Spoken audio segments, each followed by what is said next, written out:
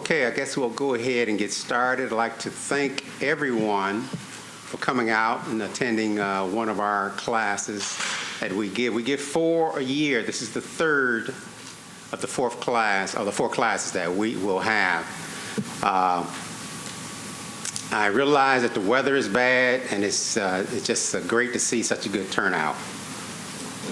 Okay, what I'd like to do is just ask everyone, if you'd be so kind as to put your telephones on vibrate during this training. It's only a 2-hour training.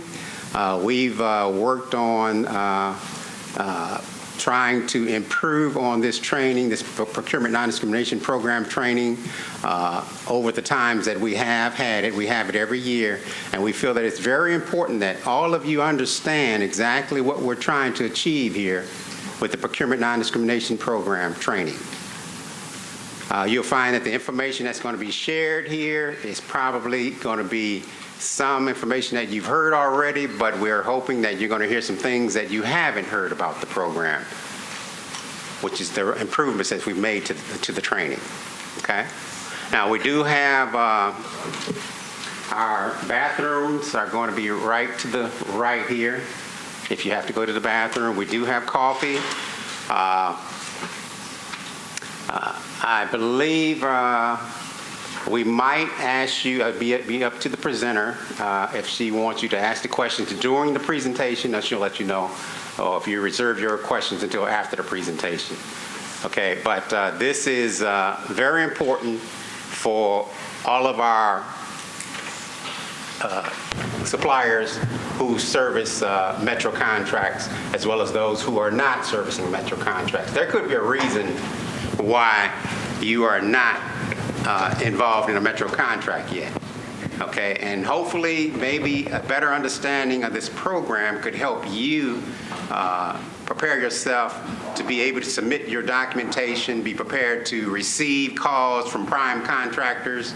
Probably all of you have received at least one call. If you haven't, there's probably something wrong with your information in the system, okay? And you can certainly check on that by contacting our office. I'm with the Business Assistance Office. Everybody who is involved in setting up this training, the presenter, Michelle Lane, my supervisor, oversees the Business Assistance Office. Out on the foyer there, we've got 3 people who's working on registration as well as preparing coffee for you. That would be Judy and Deborah and Joanne. And they will all, probably before the training is over, come in and we'll introduce them. Okay? Okay, without further ado, I'm going to go ahead and present our presenter, Michelle Lane. As I said, she's a director over the Business Assistance Office, and our office is based right in the purchasing office. And our responsibility is to oversee 2 programs. We have a small business incentive program, and we have a procurement non-discrimination program. Today's training will focus mainly on the procurement non-discrimination program and what you as suppliers, be it prime or minority or woman-owned business, should be doing to fulfill the requirements of this program. Michelle.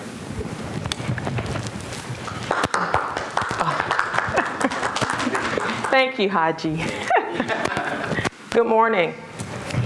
As John Irvin, who I think probably failed to introduce himself, John Irvin is our Business Development Officer, noted, this training is the Procurement Non-Discrimination Program training, and if any of you have done business in Metro, either as a prime or a sub, you're familiar with this program. We've had it now since August of 2008.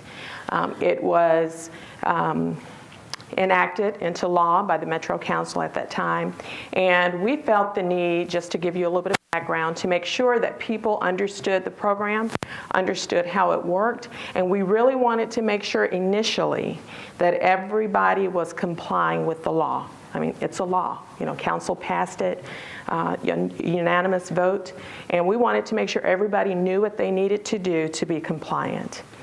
Well, we're growing up a little bit. The program, again, initiated in 2008. Here we are in 2013, and we realize that we are evolving. with the program. And we want to present to folks now a perspective that is not just merely based in compliance with the law, though of course we've got to do that. But we want to make sure that you understand the benefits of participating in the procurement non-discrimination program and how it can contribute to the overall success of your business. Our perspective on it is as is on the slide, that the good faith effort process that is inherent in the procurement non-discrimination program makes good business sense, that it equals good business sense. So, as it relates to this training, what we hope to accomplish, what our objectives are today, is that we assist you in realizing the value-added aspects of the procurement non-discrimination program. And you will see P&P used throughout this training. And we use P&P so that we don't have a mouthful all the time when we say procurement non-discrimination program. So when you see P&P, that's what it means. But we hope at the end of this that you'll realize the value-added aspects of the program. We hope that you gain knowledge about how it works. We're going to give you some information certainly about the basics of the procurement non-discrimination program and the law, et cetera. But we want you also to think about ways that you can introduce P&P into your company's existing business culture. And we hope to assist you in identifying ways to complement the services provided by both primes and minority and women-owned businesses. So a little bit different perspective than when we began this work, 4.5, almost 5 years ago. The perspective before was, this is what the law says that we have to do, this. If you want to be considered responsive when you submit a proposal or a bid, you have to do this, and this. And now I think people get that part of it. We know that part. Now let's talk a little bit more about how you can look at this, not so much as a SMAC, a regulatory thing, but more as a partnership, something that we can do to work together and help minority women-owned businesses and prime contractors who may not be minority or women-owned themselves. And at the end of that process, what I believe, and what I think probably a lot of other folks will find, is that you will have worked through a process that will help you to either develop or clarify any kind of business diversity or inclusion plan that you might have in your company. Okay, so having said that, first things first, what is the procurement non-discrimination program? As we mentioned at the beginning, this program is a procurement-based program. It was one of the very first things that Mayor Carl Dean did when he came into office. He basically said, we've studied quite a bit. We understand what the problems are. Now let's take some action. And that action was the creation and implementation of the procurement non-discrimination program. It is designed to increase purchases from minority-owned and women-owned businesses. It seeks to promote full and equal opportunities for minority-owned and women-owned businesses. We hope that at the end of the day, that process will result in the inclusion of those businesses in the procurement process, and we understand that those businesses feed directly into our local economy. So our thinking is that it will stimulate economic development as well. Certainly by virtue of the components of the program, it promotes accountability in the procurement process with Metro. And it encourages full and open competition in that process. And the reason that's important is because as it relates to minority-owned and women-owned business programs, we have to ensure as a government that we are not passively engaging in discrimination. And that is a term that the Supreme Court uses. We don't want to be a passive participant in what the Supreme Court described as a private scheme of discrimination. And so at the end of the day, with all of the legalese, that's the basic reason for the program, but we want to make sure that as a result of that, we're promoting inclusion, we're stimulating economic development, and that our processes are as accountable and as tight as they can be, basically.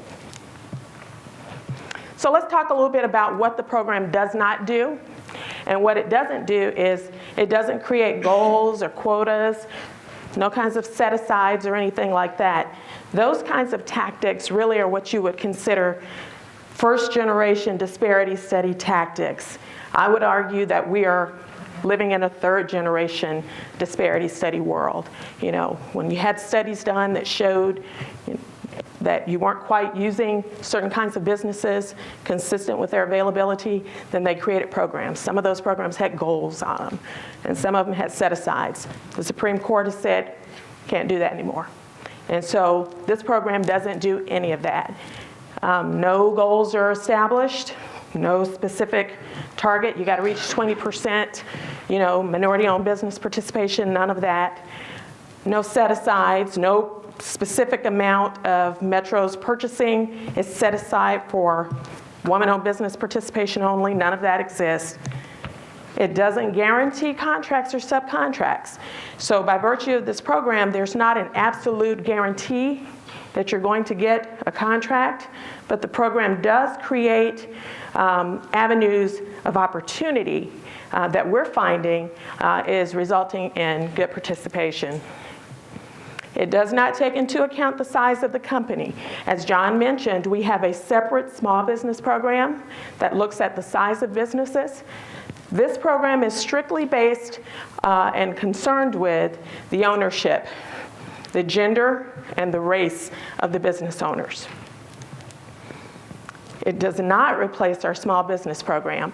Those two programs live together in the procurement process, and they are both considered in solicitations. And there are some solicitations that are excluded, and we'll talk about that a little bit in a minute. And it doesn't include those agencies that are listed up there. So the Housing Authority, the Transit Authority, the Airport Authority, NES, and I leave Metro Nashville Public Schools for last because technically they are excluded from the procurement non-discrimination program, but their board has opted to enact it in their purchasing process as well. So they engage in the procurement non-discrimination program requirements technically, even though they don't have to. They do it. They've adopted that as an initiative of their board. Okay, so let's talk just briefly about how the program works. Again, if you've participated in the Metro procurement process at all, then you're familiar with this. What it does is requires each prime bidder or prime proposer on a Metro project to reach out in what we call good faith. Now, I don't know how familiar you all are with laws and ensuing policies and regulations, but the Procurement Non-Discrimination Program Ordinance is 21 pages long. There's a lot of detail. There's a lot of detail that technically we would normally see in procurement regulations, but the law itself is very detailed. It's detailed right down to what is a satisfactory good faith effort. It tells us what good faith effort is.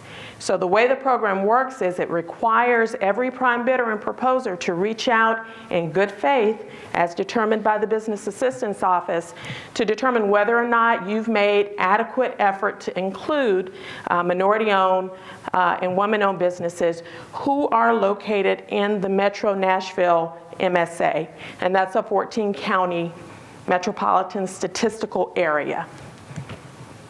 It requires the submission of certain forms, and we have those forms included in the solicitations when you respond, and detailed information about who you contacted, you know, the company name, the person, what the result was, did they submit a bid, if so, how much.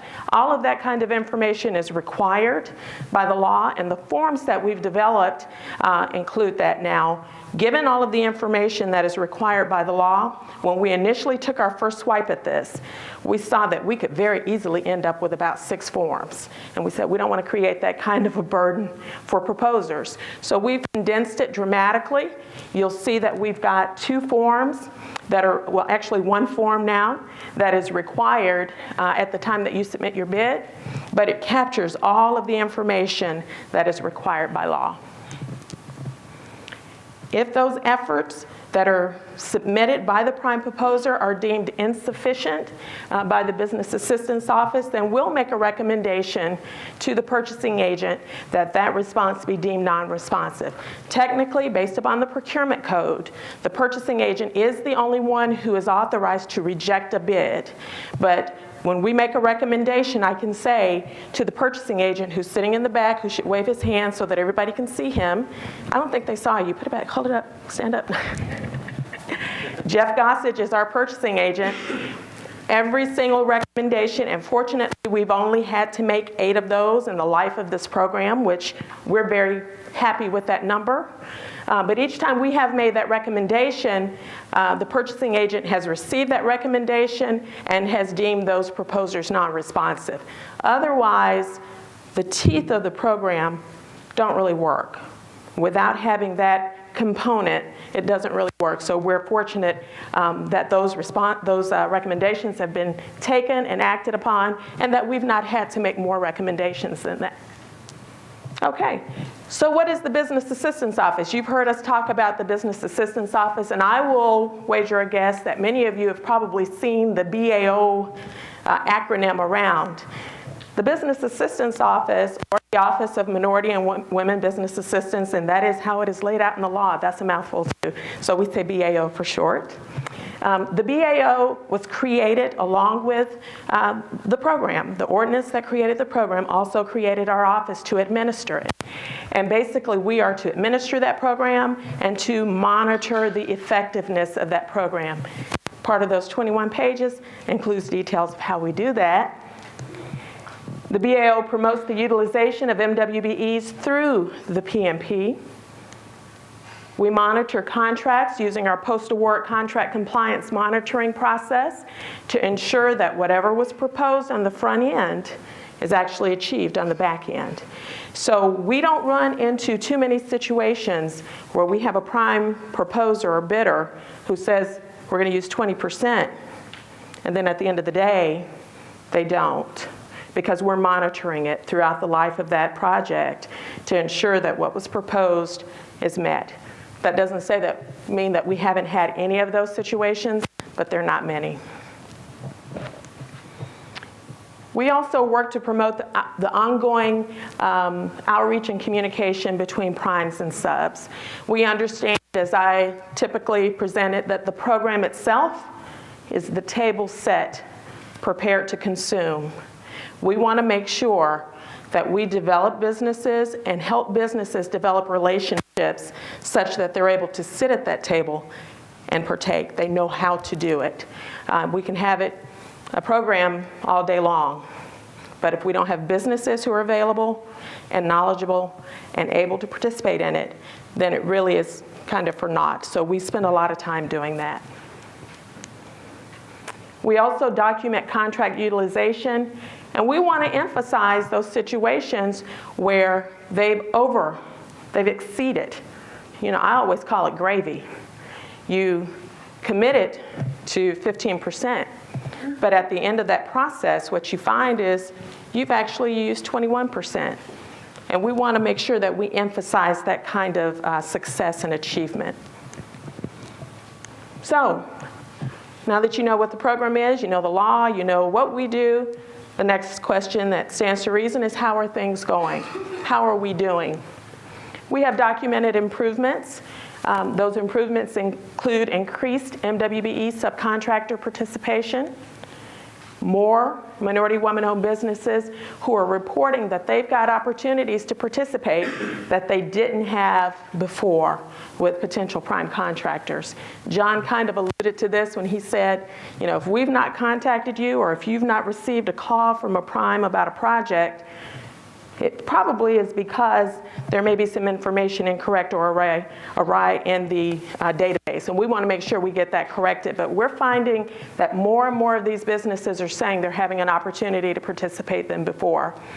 We've got somewhere, I think the number is a little south of 500 right now, approximately that many certified MWBEs in various industry types that are actively involved in the process. When people ask about how things are going, I look at it through 3 lenses. The first is the dollars. What are the dollars showing us? What do we have by the way of expenditure data to show people? And what we're finding is that we're having significantly increased subcontractor MWBE participation, and we'll get into that in just a second. The other is the anecdotal. What are people saying about their opportunities to participate? Are they reporting that they're having a chance to participate? And we're finding that more and more people are reporting, MWBEs are reporting that they have an opportunity to participate. And the third lens for me is the statistics. And we say that because the law requires us to capture the statistics. What do the statistics show us about varying procurement types and the numbers of firms that are out there available and the numbers of firms that are actually participating? The statistics are showing us a varied story. In some instances, we're seeing that the availability is, we're exceeding utilization. We're having a disparity on the side of overutilization in some areas. But then there's still some areas where we're seeing that we have underutilization. So we still have work to do, but I don't think by any means that we're behind the curve. I think that we're improving significantly. The vast majority of construction, professional, and non-professional services are required by law to include the procurement non-discrimination program. Pop quiz. What's missing? The vast majority of construction, professional, and non-professional services have to have the PMP. What's missing in that list? Yeah, you're cheating. You already know. That's right, goods and services. So what we call commodities or goods, widgets. You know, we're buying chairs, just chairs. We're only buying books. Those types of purchases are excluded from the procurement non-discrimination program. But the construction, renovation of any metro building is included. Professional services, which for us would be anything that requires a certificate or licensure, accounting services, architectural engineering services, those types of things, as well as non-professional services, which is pretty much everything else that's a service, you know, janitorial services, all those kinds of things are included in the procurement non-discrimination program. Okay, so this is what progress looks like for us. When we think about the pool, the vendor pool, or as Jeff likes to call it, the critical mass of vendors who are available to do work. When we started this program back in August of 2008, we were looking at roughly 30 MWBEs who were in our system, certified and approved. And so as the years have progressed, we are increasing that number. Now you see that we've gotten to a point here between probably 2010, 2011, 2013, where we're moving up and down, and that is to be expected in terms of folks whose certifications expire. You know, some folks decided not going to get recertified, not really seeing a benefit for me to be recertified. The economy may have caused their business to go under, and so they're no longer available for us. This 460 that we have as of January 4th shows us the available firms that are in the marketplace and have presented themselves available and ready to do business with Metro. When we think about subcontractor participation, and it is important to note, the procurement non-discrimination program is a subcontractor-based program. While we want to see direct contractual relationships as well with diverse business types, the program itself is geared around promoting the inclusion of minority and women-owned businesses as subcontractors. You can see in the fiscal year 9, we tracked and monitored the inclusion or the participation of about $1.9 million in minority and woman-owned business participation. That has gone up steadily over time. I don't have numbers on here for FY12 as of yet, but you can see that we've continued to inch up further and further. And so hopefully we'll see that number continue to rise as the years continue on with the procurement non-discrimination program. But I think it shows us that we're seeing some positive result as a result of the positive result from the program. Okay, let's talk a little bit about what good faith efforts are. What are good faith efforts? Okay, we know in the strictest sense, we talked about the 21-page ordinance and how it details for us what's an acceptable good faith effort and what's not. So in the strictest sense, yeah, it's compliance with the law. It's doing what the law lays out for you, which is making sure that prime contractors express their efforts to operate in a non-discriminatory manner, making sure that they make timely contact. And timely is something we'll talk about a little bit later too, because for some people, there's some nuance as to what's timely contact. The bid is due in 3 weeks. Contacting the MWBE the day before the bid is due is not timely. And we see some of that. You know, we want to make sure that people have an opportunity to prepare a response and to submit that prime contractor a meaningful bid. And that is one of the good faith efforts that is required by law. So if you've not given timely notice to firms, then technically you're not complying with the good faith effort requirements of the law. We want to make sure that you've had some kind of conversation of substance, that you've given them timely specifications, you know, so not just contacting them and saying, hey, here's this project, I think I might want you to participate, but then 3 weeks later, the day before the due date, that's when you actually give them some specifications about how you might want them to participate. You want to make sure that the contact is timely and that you give them information about the project in a timely manner so that they're able to submit a response. And then if you decide that there's not real value for that MWBE to be included, they may not have quite what you need by the way of expertise in the particular area, their price may be too high, you need to detail for us the reason why you're declining that offer if you're the prime submitting the bid. MWBEs, gotta be responsive. Gotta be responsive. Check your emails daily. Respond to them timely. If we're asking the prime contractors to provide you with timely outreach, then the other side of that is to ask the MWBEs to respond timely so that those primes can include that information and determine whether or not you should be a part of that team. You know, that conversation has to happen throughout the process of preparing to submit to Metro. So you want to be a timely responder so that your information can be included. Make sure that you acknowledge the receipt of emails. Make sure that you return phone calls.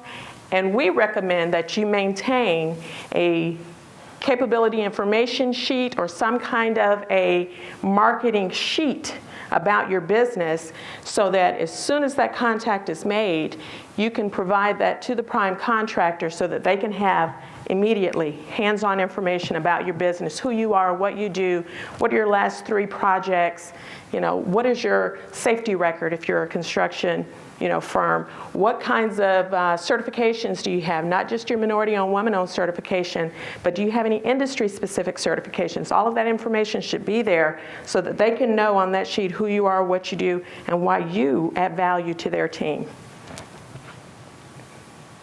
We have, and you should have in the sheet, in the information that was in your seat, these good faith effort helpful hints.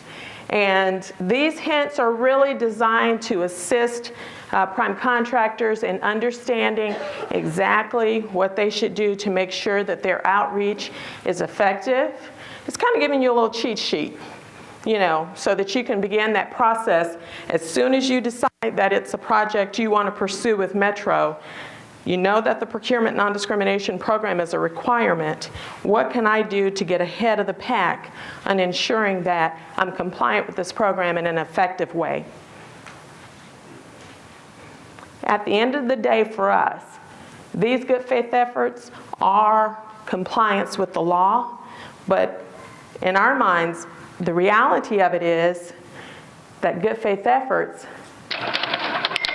equal good business sense. Because what you're going to find is that more and more, especially government entities, have initiatives that are designed to promote the inclusion of minority-owned, woman-owned, service-disabled, veteran-owned businesses. So if you can establish good processes as a part of your business culture, even if it is in response to a solicitation with Metro, you're going to find that that's going to be of value when you respond to other government entities as well. So let's take a little closer look at those good faith efforts. They really do make good business sense. The first 3 good faith efforts that we have listed in all of our solicitations, they are what I always call, and if you've been in a pre-bid or a pre-proposal with me, you've heard this, I call them play nice things. They're just play nice things. They're basic. You know, we promise we didn't discriminate in this process. We promise we provided written, timely information or notice to at least 3 certified MWBEs as the law requires. And we promise that we provided timely specifications and information so that those MWBEs could provide us with a bid. Those three things are absolutely required by the law. You got to do those. But they're really just good business things, right? If you're looking for somebody to participate, you're not going to discriminate anyway. You're going to give them, you know, adequate notice, and you're going to give them adequate information so that they can submit a meaningful bid to you. The additional good faith efforts that are always listed in our solicitations really are things that set you apart from the rest. And this is where you really get into the value-added components or the value-added approach as it relates to the procurement non-discrimination program. In the strictest sense, for compliance with the program, the first 3 will do it for you. But do you want to be set apart? And do you want to be recognized as doing more than the basic requirement? Holding outreach meetings to notify all potential subs, especially MWBEs, of partnering opportunities. Once you reach out, are you following up, making some kind of additional personal contact with those potential subs that you've met to further solidify that partnership? What about surveying the scope of your proposed service provision? Is there any feasible break in those services that you can make into smaller pieces to allow, you know, other subs to participate? And what that means, what we call that is unbundling. Can you take that general service provision and identify logical breaks in it instead of putting it out in a huge package? Can you break it into smaller ones that will allow subcontractor participation that's more manageable for, you know, smaller minority woman-owned businesses? It's something that they can get in their mouth as opposed to this big, huge subcontracting package. The additional good faith efforts, again, do set you apart. They give you the opportunity to demonstrate your commitment, really. Do you explain to any of those subcontractors that you decline why you decline to use them? Or do you just say, we're not going to use you, and that's it? Do you give them any information that really enables them to be a better sub-bidder the next time? If something was missing and it couldn't be included in this particular bid to Metro, did you let them know what that was so that they can kind of go back, rethink their approach, and then the next time they're going to be a better proposer or bidder for you? Enlist help. Partner with some industry specific agencies, organizations to identify firms. All these kinds of things really do show that we're trying to do more than just the basic that we need to get by. We're trying to develop a culture within our organization or our company that shows that we do embrace this initiative and initiatives like this. And it provides you with an opportunity to expand the breadth of exposure to potential subs. I mean, you're going to come in contact when you reach out to these various organizations. You're going to come in contact with folks that you probably would not have had you not gone down that road. Use your website, use your social media avenues to advertise about potential subcontracting opportunities. Everybody's posting information on Facebook, and I've been told that you're not supposed to put out opportunities necessarily on Twitter, because Twitter is supposed to be kind of informational only, but not to make money. I said, okay, that's what a social media expert told me. But whatever social media avenues you have at your disposal, your website certainly is the best place to go. Post those opportunities out there, and if you've done that, that's a good faith effort that you've taken to expand the inclusion of minority and women-owned businesses in the process. Provide any interested subs with some technical assistance. And I know that for some prime contractors, that may be a little bit of a challenge, but we're finding that more and more of our prime contractors are doing this on the regular. They're finding ways to connect with those potential subcontractors and help them become stronger partners, helping them understand exactly how to review the bid, understanding where their potential piece of this is in the overall picture, helping them to really get to become a better partner in that project, which will then also transcend into better partnership on future projects. Get all of your folks on point. What that means is make sure that all of your employees are on board with making every effort to maintain a shop that is non-discriminatory. Really and truly, if you're working to develop a culture that embraces diversity, it has to come from the top. And when the tone is set from the top, that this is important to our business, that it's important for our bottom line, it has to permeate throughout all of your employee base. So as long as all of your people know that this is an important thing for us, and that it's important, one, so that we're compliant with the law, but it's important, two, because this is important to how we do business. This is the culture that we're trying to develop. That's an important facet of being able to make sure that your good faith efforts are not just the basic requirement, but that you are trying to make sure that people understand that it is how you do business. And honestly, we're finding more and more prime contractors who are able to express that this is a core of how we do business. When we ask for certain pieces of information, it's not kind of a running behind the 8 ball to pull it together. They already have this. They already have these policies. They already have these specific guidelines for their employees, because they're beginning to incorporate it as how they do business.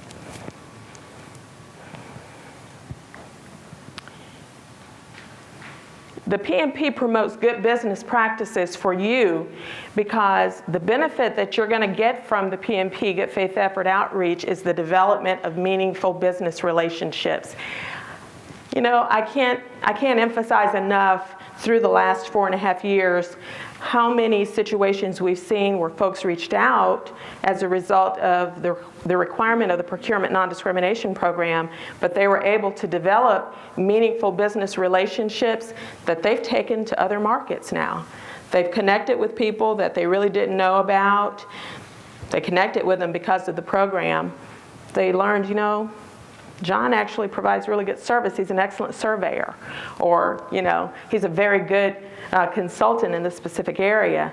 They can work well together. They've developed their relationships, and now they're doing business in the Carolinas, or they're doing business in other places. That's what we really want to see, and that becomes part of how you do business.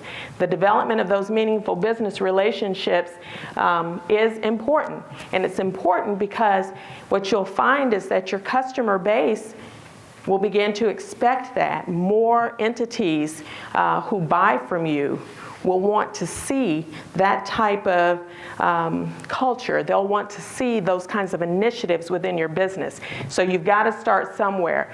Governments certainly have specific initiatives. Private companies and corporations have customers, and they want to be able to demonstrate to their customers that they've got a business process that shows they're doing business with a variety of different people, because their customer base is diverse as well.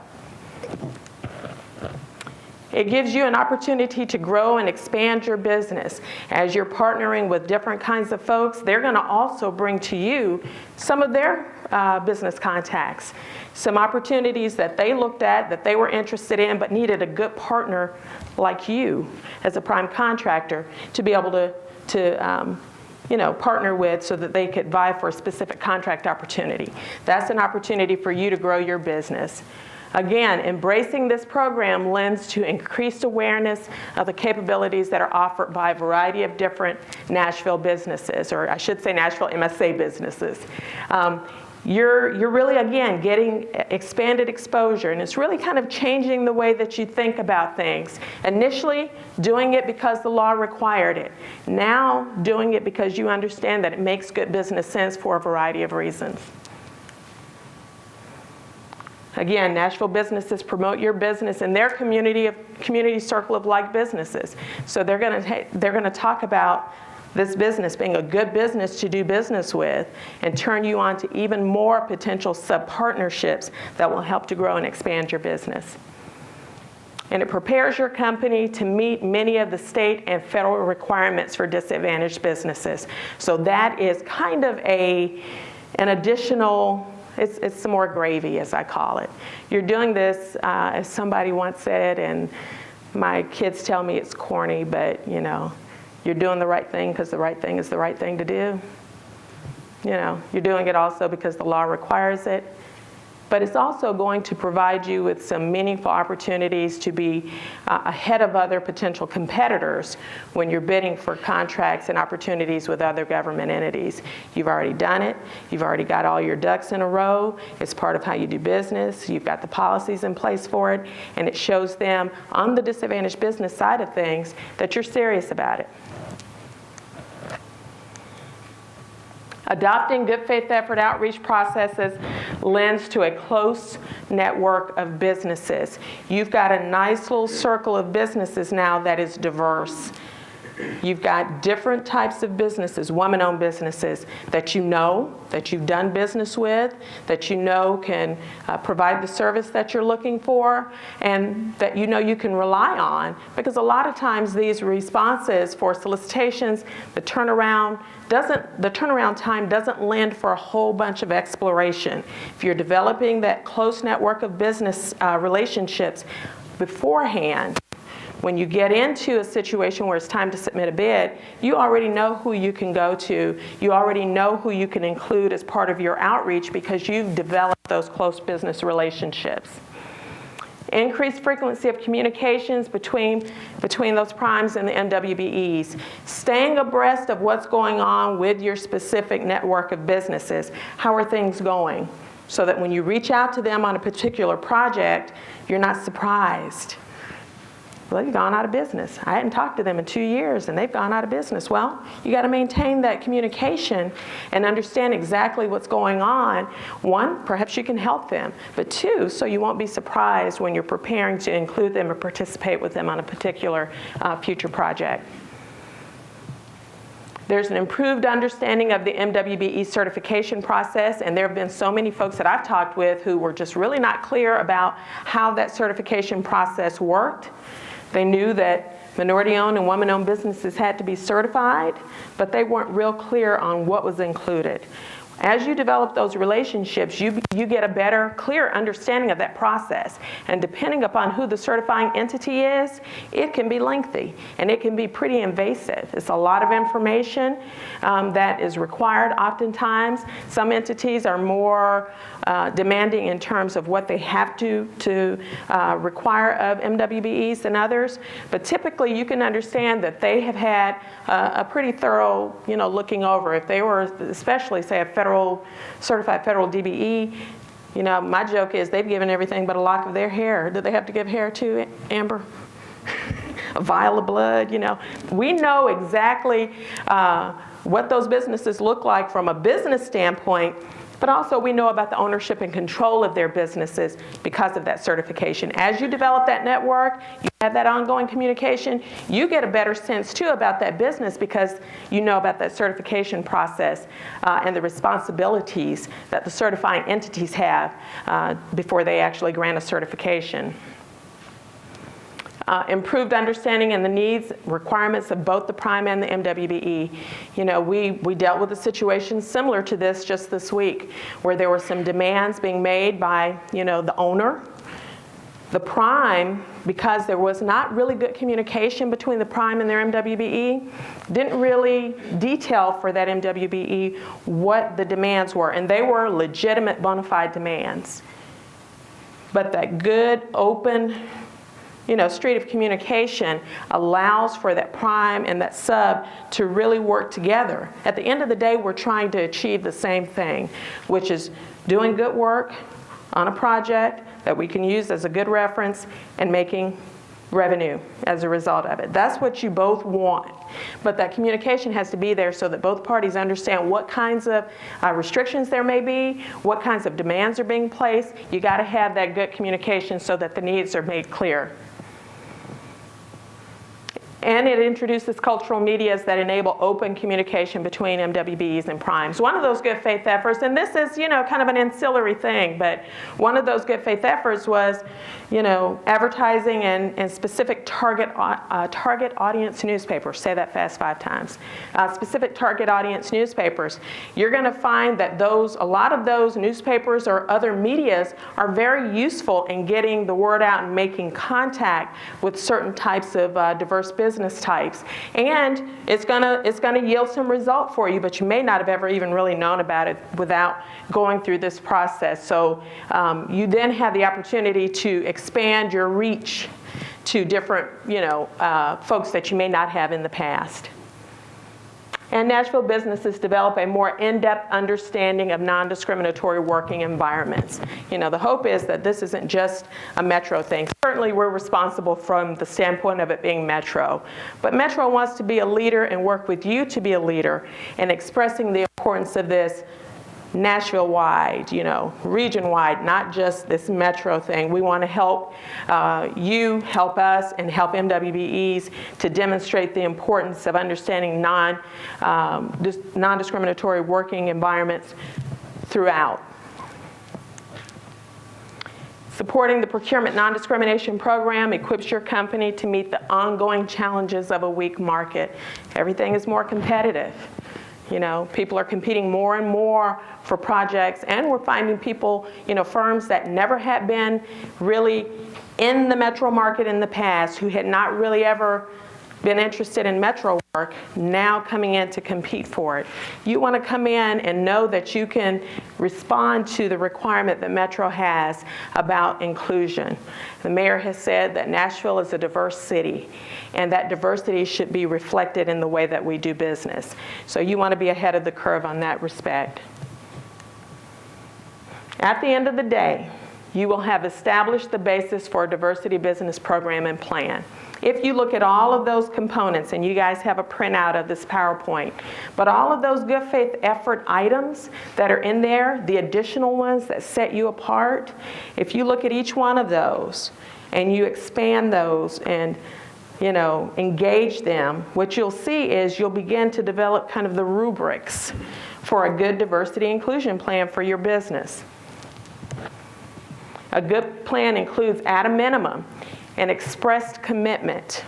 You know, it is our policy that we operate in a non-discriminatory manner, and that we make every effort to recognize the inclusion of minority-owned and woman-owned businesses. Basically expressing this is important to us in how we do business. It's included in your company policies, and you also define this is what our track record has been. This is how we've done this in past projects and situations that demonstrate our commitment. You also detail a strategic approach to maximizing inclusion. Those are some of those things that we talked about, like the technical assistance, you know, making sure you have those ongoing open roads, lines of communication with your MWBEs, making sure you understand what their specific needs are, and they understand what yours are. You're able to develop strategic approaches to maximizing inclusion by developing those business relationships. And includes that outreach, that subcontractor technical assistance we just talked about. Consideration of unbundling. If that's something that you do because you want to maximize the inclusion of minority and women-owned businesses, then that needs to be included as one of those things in your diversity plan that you highlight as an effort that you take beyond just the required. mentoring and subcontractor development, kind of taking somebody under your wing. And we see mentor-protege programs in a variety of different places. But who can you see as a minority owner or woman-owned business that really provides good service to you, you have a good working relationship with them? There may be something, because they're smaller, that's missing. What can you do to help mentor them and bring them along? Vendor support after they've been contracted. Bonding and insurance. Do you have any kinds of initiatives, if you're a prime contractor, on helping your subcontractors with bonding and insurance? We see some entities do kind of what they call wrap-up. Some companies do wrap-up bonding. They'll bond the whole thing, including some of their subs insurance. What kinds of initiatives do you have? Prompt pay. We know that cash flow for a lot of smaller businesses is a major issue.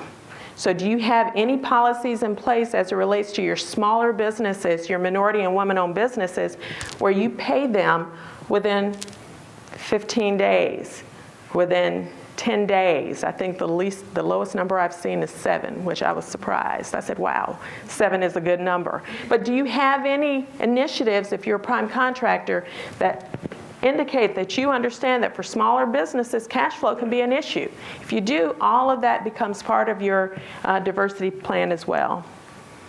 And policies for employee training and expectations. How do you reach out to your folks to help keep them on point? Do you train them, your employees, to make sure that they understand about the importance of non-discrimination, that they are on board, basically, with the major initiatives of your company? Do you have all of those types of expectations laid out? Is it something that you do on the regular to make sure that your businesses are, that your employees are in alignment with your company policy? It's one thing to have the policy. It's one thing to have a written program. But if your people are not living it, working it, and breathing it, then it is just that. It's a written policy. So you want to make sure that that policy comes to life by making sure that your employees are on board with it and understanding the expectations. And then, what are you doing to report your successes? Many companies include a newsletter, they have an annual report or something that they put out to their clients, their customer base, to say, this is how we've done this year, or this is how we've done this quarter. Include your achievements around the inclusion of small, minority, woman-owned, disadvantaged businesses, service-disabled, veteran-owned businesses in that, and make that a standard of how you report, because it also goes a long way to demonstrate that this is a part of how you do business, it's part of your business culture. Now, if you are on board with everything we've talked about in terms of making sure that your business culture is in line and you're ready to, develop your diversity plan as a result of understanding the good faith efforts and et cetera, how can you make sure that if you're an MWBE, that you're ready to rock, that you're ready to take advantage? We're saying to prime contractors, this is what our expectation is, and we want you to step out and take it a little further. Not look at it as just a regulatory compliance thing, but embrace it as a core of how you do business. Then the MWBEs, on the flip side of that, have to be registered. They've got to make sure that they're certified. They've got to make sure that they are the 3 things that I know somebody knows in here. I know you know it. Ready, willing, and able. Now that has been around forever. You got to make sure that you're ready, willing, and able to do business. Some of the ready, willing, and ableness includes registered in the database. I've got my certifications up to date, all certifications. If you don't know where to go to get registered, we have, I want to call it a new system, but I don't think it's really new anymore. It's not new to me, but it's probably still new to some of you all. It's our iProcurement system. You want to go to the website and get registered if you're not. How many people are registered to do business with the city? How many people aren't sure? We got a lot of work to do. So those of you who are not registered to do business, we encourage you to get registered to do business. Why is that important? I'm a subcontractor. I'm probably not going to be doing business directly with Metro. It's important because if you, let me, before I tell you it's important, how many certified minority woman-owned businesses are in the room? Okay. If you're certified, once you get registered to do business with Metro, we are making all of your information available to potential prime contractors who might want to partner with you. If you're not registered, they don't know who you are and what you do and what you offer. You need to make sure that you get registered so that, one, you can have access to information and know what projects are out there, what's coming down the pike. Two, you can be available to potential prime contractors so that you can do business with them. That's an important aspect of it. And three, when they go out to identify firms, we don't want to be able to, to look at them and they say, well, I couldn't find anybody, which we do hear sometimes. I couldn't find anybody who could do that. And if you're not registered and in that listing, then they really can't find you probably. So you want to make sure that you're registered and ready to go. Make sure that you're available. We talked about this a little bit before, but we can't emphasize this enough. It's so important. If we put your names out there, we identify you as certified woman-owned, minority-owned businesses, you've got to be responsive. You've got to be available. You've got to return phone calls. You've got to reply to emails from primes and from Metro. Because the way that the program works is when these primes reach out and they're saying, hey, I'm interested in working with you potentially on this project, we're going to call you as well. Once they turn in their good faith effort requirement information, we're going to contact you as well and say, confirm for us that this outreach took place. And so if we can't reach you, and what we're finding on the form from the prime is that they said they couldn't reach you either, I guess they're probably telling the truth. You want to make sure that you're available and that you return phone calls. That's just good business, right? Use the tracking sheet. Is the tracking sheet in the packet, John? Do you know? We have a tracking sheet that is on our website. That tracking sheet is for MWBEs to use. Write down that information. We know that you probably get a lot of phone calls. You're probably in the field sometimes working. But when you do get back to your desk, use that tracking form. It provides the space for you to list which project it was that they called you about, who called you, and even what the result of the phone call was, so that you can kind of keep track of who's reaching out to you on which projects, so that when we do contact you, we've had this happen, they'll say, oh no, they never call me. I never, and we start digging a little further, like, oh yeah, I do remember. Yeah, I told them I wasn't able to work on that project because of whatever reason. We need you to be able to remember to the best that you can, and having a tracking sheet like this helps you to do that. Responding to emails and calls is essentially important. I think we've talked about that like 3 times now, so I guess we know that's important. So it's essentially important for program improvements and continuous, improvement of our program and the success of your business. Provide Metro with proof of your MWBE certification if you're a minority and woman-owned business. Network to develop and maintain relationships now. That's important. We talked about that open communication. You want to make sure that you're developing the kind of relationship with these potential partners that you can talk about any of the issues that come up that relate to your ability to participate together and to partner.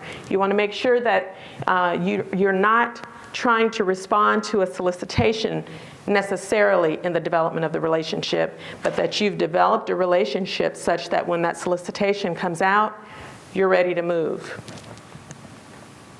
Contact us. Contact the Business Assistance Office for help if you need, to identify potential partners. And that goes, both ways for MWBEs and for large majority-owned companies. If you're looking for potential partners, we can provide you with information. Typically for primes looking for MWBEs, we've got a listing. Those listings are divided by commodity code or service, specific areas of service, what you do. And we feel like you can tell us what you do better than anybody, so you've chosen those codes.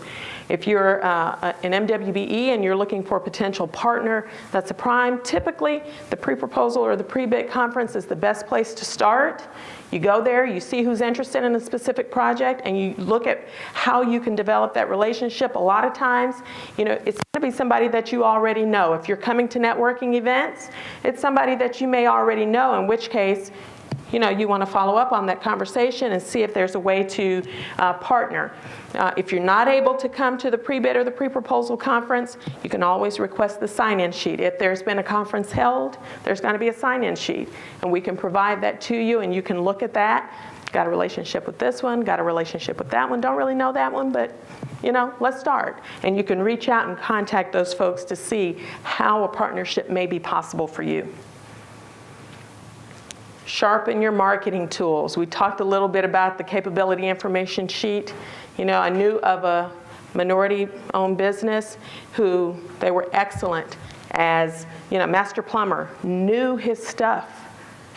But when you ask him to describe what he did and what set him apart, I mean, 5 minutes, and you really hadn't gotten a whole bunch. So we worked to kind of get what some people call the elevator spill together, so that you can tell somebody, you know, in 15 to 20 seconds or less who you are, what you do, and what sets you apart from the next person.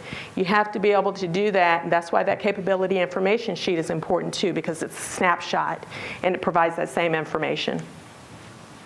Be ready to let potential partners know who you are, what you do, and why they should be interested in what you provide.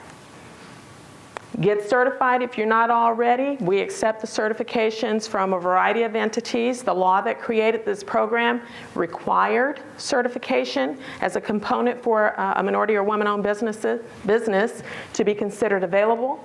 But we don't actually certify in-house. We get a lot of those questions. But we do accept certifications from entities that we have accepted and whose certification procedures we have determined meet the requirements set forth in the law. We don't want to create additional hurdles.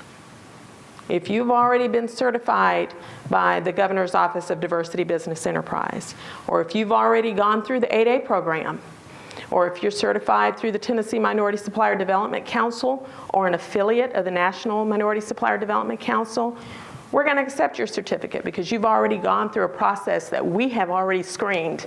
We've looked at their processes.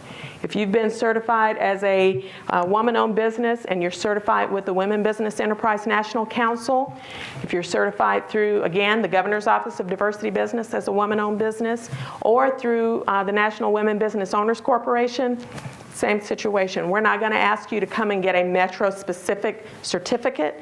We're going to accept that certificate that you've already been granted by that certifying agency. Again, 8A certification we talked about a little bit. If you're a federal DBE, certified under 49 CFR 26, and that's the U.S. government, the federal, DBE certificate, we will also accept that certificate.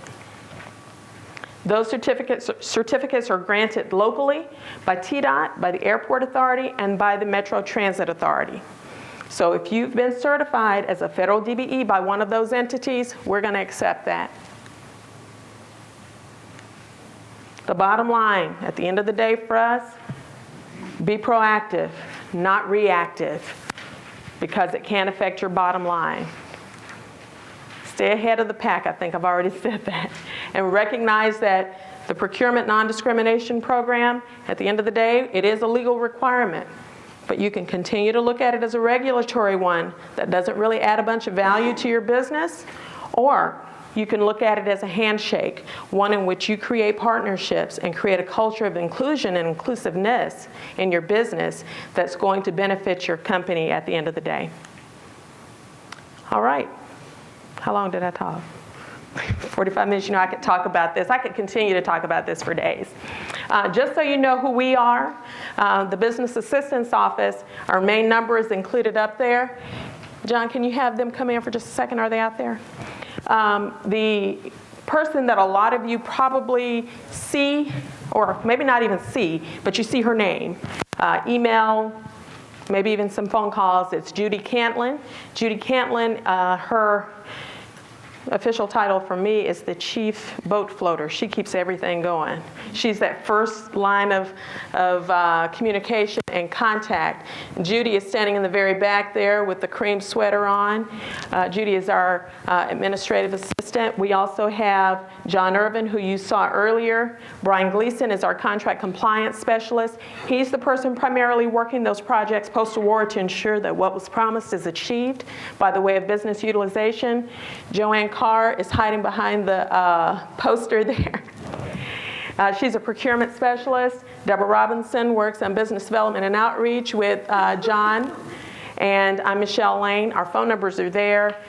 For me, Michelle Lane, michelle.lane@nashville.gov is the absolute best way to reach me instead of phone calls. Feel free to contact us. Let us know how we can help you.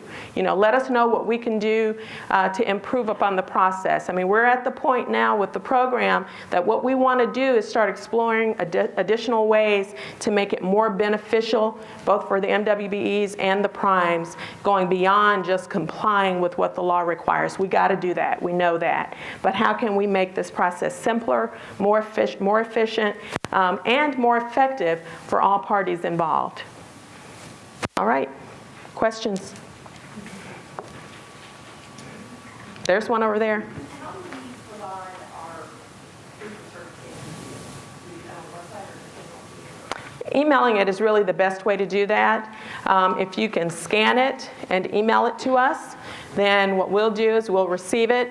We specify in the system what your status is in terms of approved basis or not. So you might say you're a woman-owned business, but it'll continue to show pending until we receive a certificate. Once we receive the certificate, we'll approve it, but we also maintain a hard copy. We've got books, volumes of books that we maintain just as a backup to make sure that we have those certificates. Yes, ma'am. I'm certified with the Airport Authority of the DBE, Mm-hmm. and so I've submitted my letter and everything, but oftentimes I'll have contractors including on my team ask me, should they list me as a minority business or a woman business? I don't want to tell both. I am both. What we will, you're only going to choose one when you register with us. If you have been certified by the Airport Authority as a federal DBE or any uniform certification partner agency as a DBE, then we know that you meet the requirements of one of those protected groups that are listed in the regulation. So if you specify in your profile when you register with us that you're a woman-owned business, then we will accept that letter, that DBE letter, as confirmation of your woman-owned business status. So I get to pick, is what you're telling me. You know who you are better than we do. Now, you're also going to tell the certifying entity.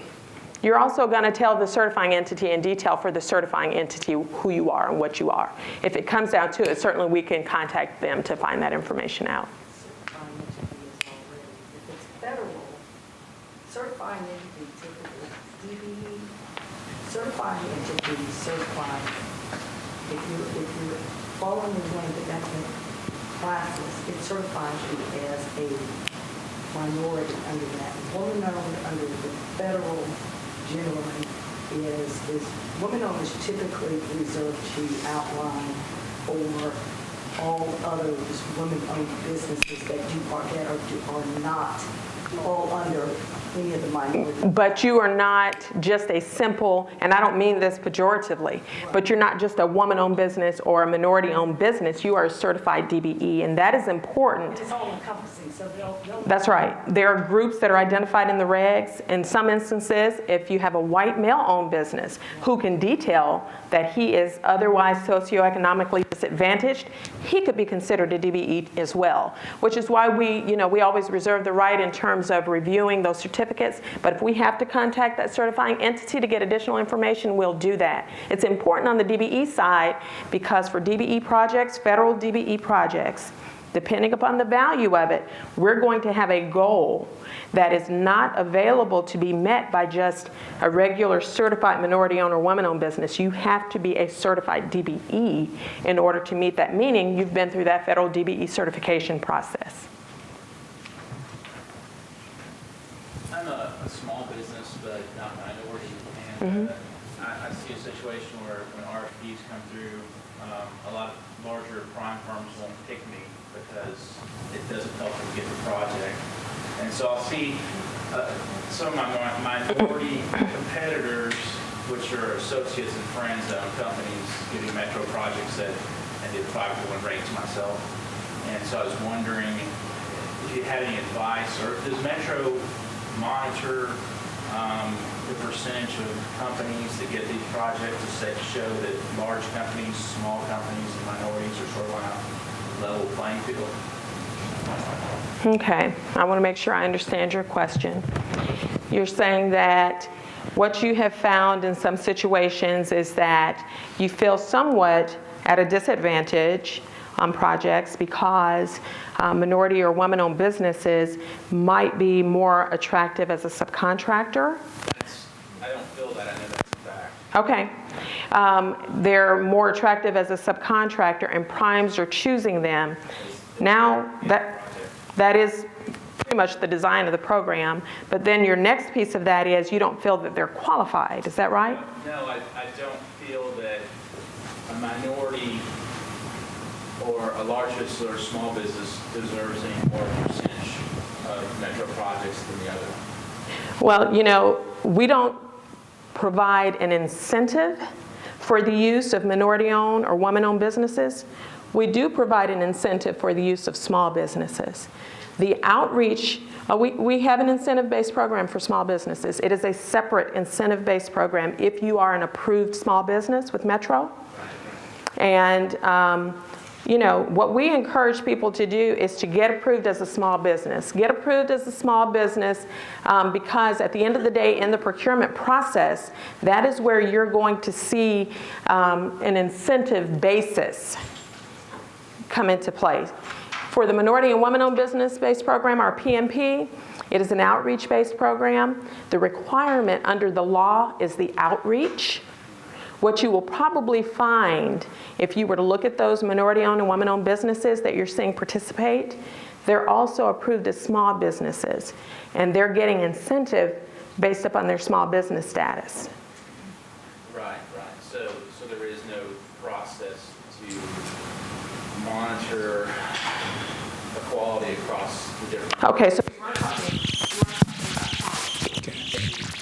across. Quality or equality? Equality across all those classifications. I don't know if this means I'm supposed to be quiet now. No, we were just getting the mic Neville, did you turn me off? Okay. here. How about if I have it, John? Because my mic is dead. Is it? What's the battery doing?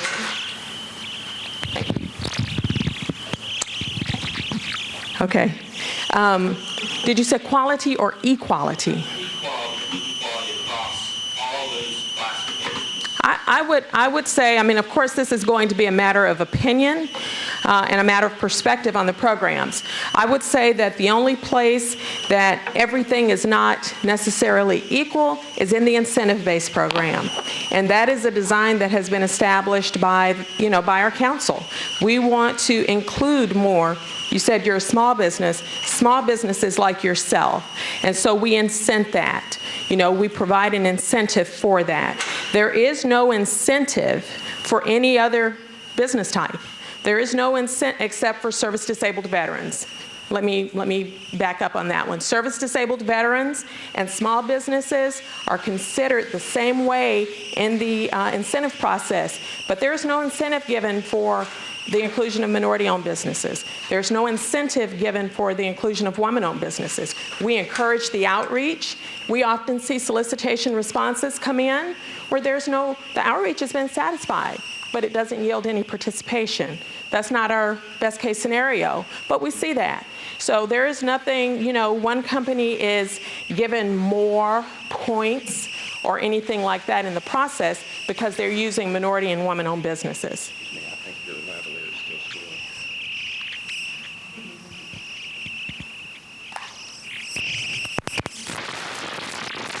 Sorry. I know. You know, I said at the beginning I could do this without a mic, but they wouldn't be able, the Channel 3 guys wouldn't be able to pick it up, so there. Does that answer your question? It helps, thank you. Okay. Yes, ma'am. Is there a master list of the projected projects for the year, or are we notified as they are needed? There's not really a master. A lot of places call it a forecast of projects. You know, for construction type projects, we do have, you know, our capital budget, and you have broad strokes, if you will, of what's going to come down the pike. We can provide you with information about contract types that are due to expire. And, you know, sometimes those are the kinds of services that Metro needs on an ongoing basis. So you can anticipate to see when those will come out. But there are often a lot of factors that impact when projects actually hit the street. So you may get the information about something that's due sometime in the future, but you really have to watch the bidding opportunities bulletin to get a good sense of what's actually going to be available for bid. You know, and that bidding opportunities bulletin, again, if you're not registered, you know, you really need to get registered to do business with the city, but you can see some general information about projects that are going to come, that are out for bid, even if you're not registered. But in order to get into the system and really see the full scope of what that solicitation request is, you have to be registered and have a, you know, username, log on, and be able to get into the system. Yes, ma'am. And on that, are you talking about in the iSupplier portal? Mm-hmm. I find the iSupplier portal to not be very user-friendly. Is there any Jeff Gossett, you want to answer that question? You know, we know that there are still hiccups. You know, we continue to work through some of those, and we are doing everything that we can. We have a team of folks who respond to iSupplier needs. You know, they're deployed to answer questions and try to make sure that that process is as user-friendly as it can be. Some of it is learning curve. You know, this is a new way of doing business for Metro. You know, things are, it's different. You know, where you used to submit a paper bid and rush downtown before 3 o'clock to get it. You know about that, right? To get it, you know, stamped in and accepted.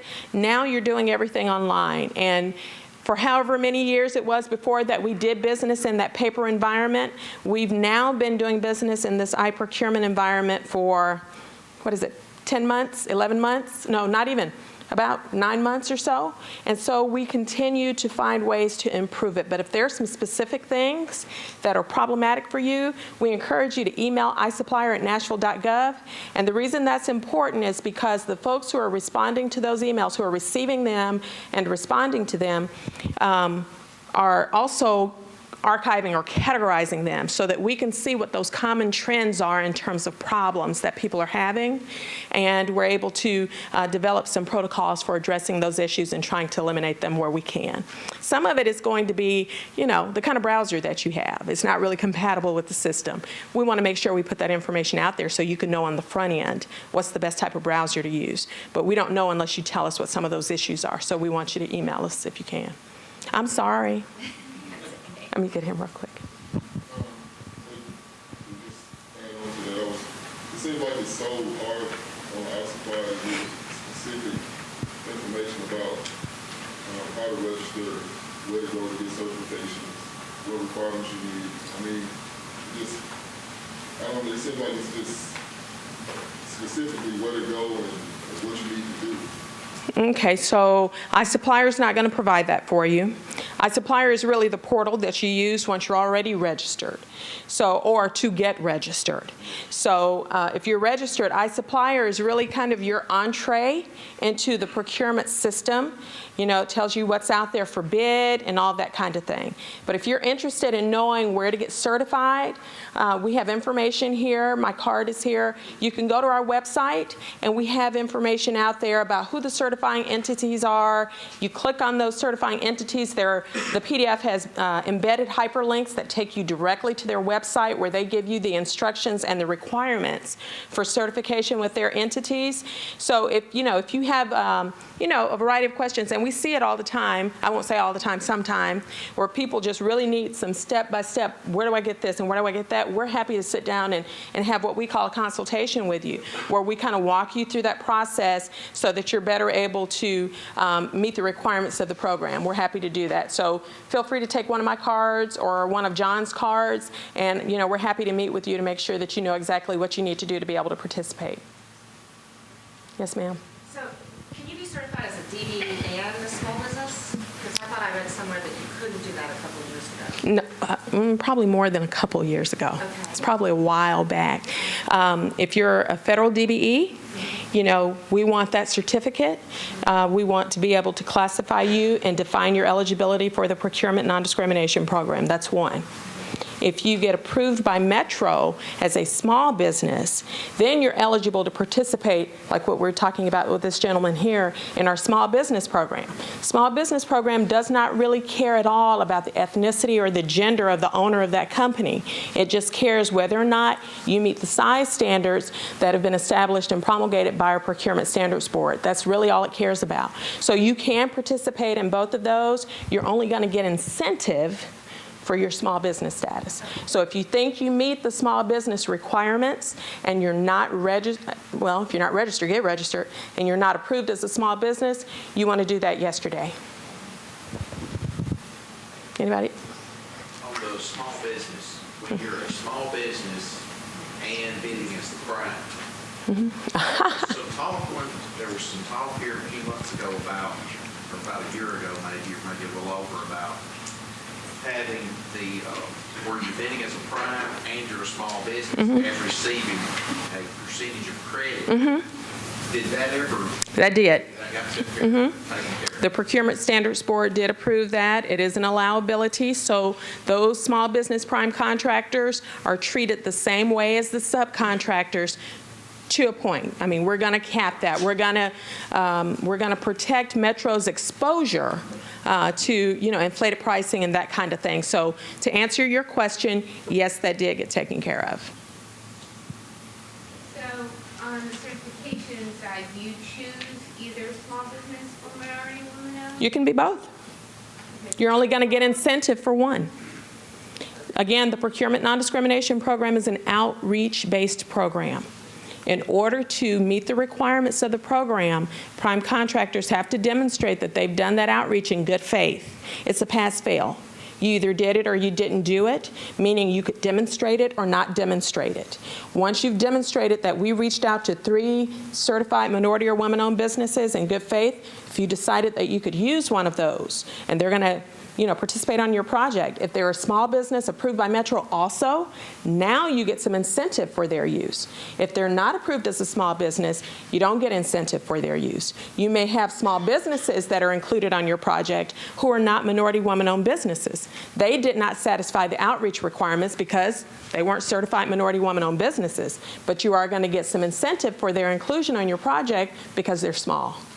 Well, the governor's office said I had to choose, so that's We don't accept their small business certificates. Yeah, we have different certified small business standards than they do.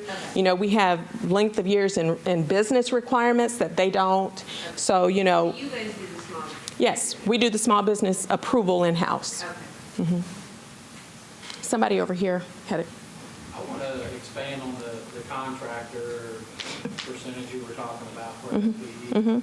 Is it a lump sum percentage that he was referring to or you're referring to? The procurement regulations detail what our incentives are, and typically it's based upon the amount of the lowest base bid submitted.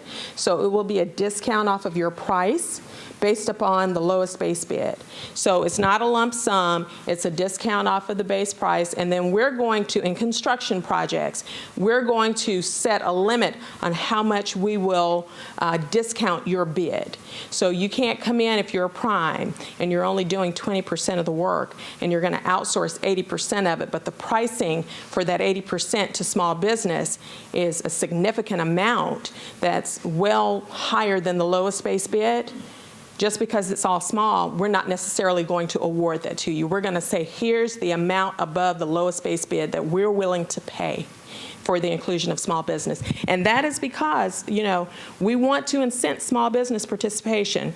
We want to support the general administration initiative of full inclusion in small business, but we also want to protect those taxpayer dollars that we're using to purchase things. So we don't want to spend, 80% more because we're getting it with small business. At the end of the day, we could have gotten the same thing for a significant amount of money less. We have to minimize the exposure. So would it make sense to, if a prime is going to self-perform X amount of tasks on a project that they're bidding, does it make sense to list those items with a dollar amount to figure out the percentages when all that's figured out? Or, to me, the heart of that question really gets to your specific response to a solicitation. What I would tell you is that when you respond, if you're going to use small businesses, you have to detail who they are, how much money they're going to be receiving, and then what industry or what type of work they're going to be doing. And then we will do the math from there based upon those established guidelines or those established incentive guidelines that are in the procurement regulations. So if you don't list subcontractors in the solicitation response, we assume that you're performing the rest of it. Anybody? It's okay, bring it. I like that. Small business is 30 people, right? It depends. We have 12 industry types, and each of those industry types has a maximum ceiling in terms of gross receipts, and they have a maximum ceiling in terms of numbers of employees. So the minimum you'll see is for like service. In the service industry, you can't have more than 9 employees and $500,000 in sales. It's an either or. So you could present as a service, company. I don't know what you do. What do you do? Okay, so you would be in the A&E. You could come in and say, I made $3.2 million last year, but I only have 12 full-time equivalents. I only have 12 full-time employees. You provide the documentation to demonstrate that, and we would still consider you small. If you came in as a landscape architect and said, I made $10 million last year, and I've got 33 full-time employees, you would have exceeded our standards. I didn't know if there was any consideration to an ultra small business. I really consider our program to be a micro small business program. If you look at other small business programs across the country, as well as the federal government, our guidelines are super small. They're really small. And that is, to allow for businesses. We know that the bulk of our supplier base is within that MSA. We're not dealing with these huge, in some instances we are dealing with huge, companies depending on what we're buying. But in terms of small business status, those standards really do support, being able to include businesses that are in the MSA for the most part. Otherwise, we could, use the SBA standards. If you look at the SBA standards, they're significantly higher than ours. So are there two classifications of small business? There are 2 classifications, but only one for small business. Okay. So small business, we've got a list of industry types with maximum numbers of employees and maximum sales volume. That gives you an entree into our incentive-based program. One of the things I run into, I'm small.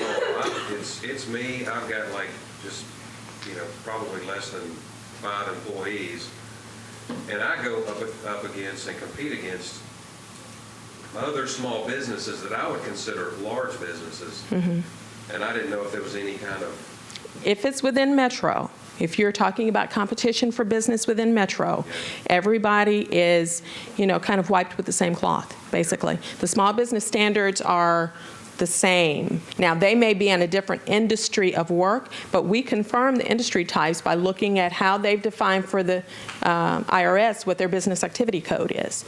So we try to minimize, a a situation where you have different types of businesses who are registered in the wrong industry type so that they can take advantage of that increased small business, requirement. We'll go back and forth with them to make sure that they, have registered in the correct industry or identified the correct industry to us so that we have an elimination of that as much as possible. But if it's all within Metro, we're using the same industry standards. Anybody else? All right. Feel free to contact us. Email us. Use those phone numbers that we provided for you. Remember those email addresses, contact us. And don't forget, all of you should have a survey included in the packet. Please complete that. It's really quick. It'll take you about 3 minutes. We want to know what to do better the next time. We want to know what's missing, what needs to be improved upon, and the only way we know that is if you tell us. So thank you so much for coming.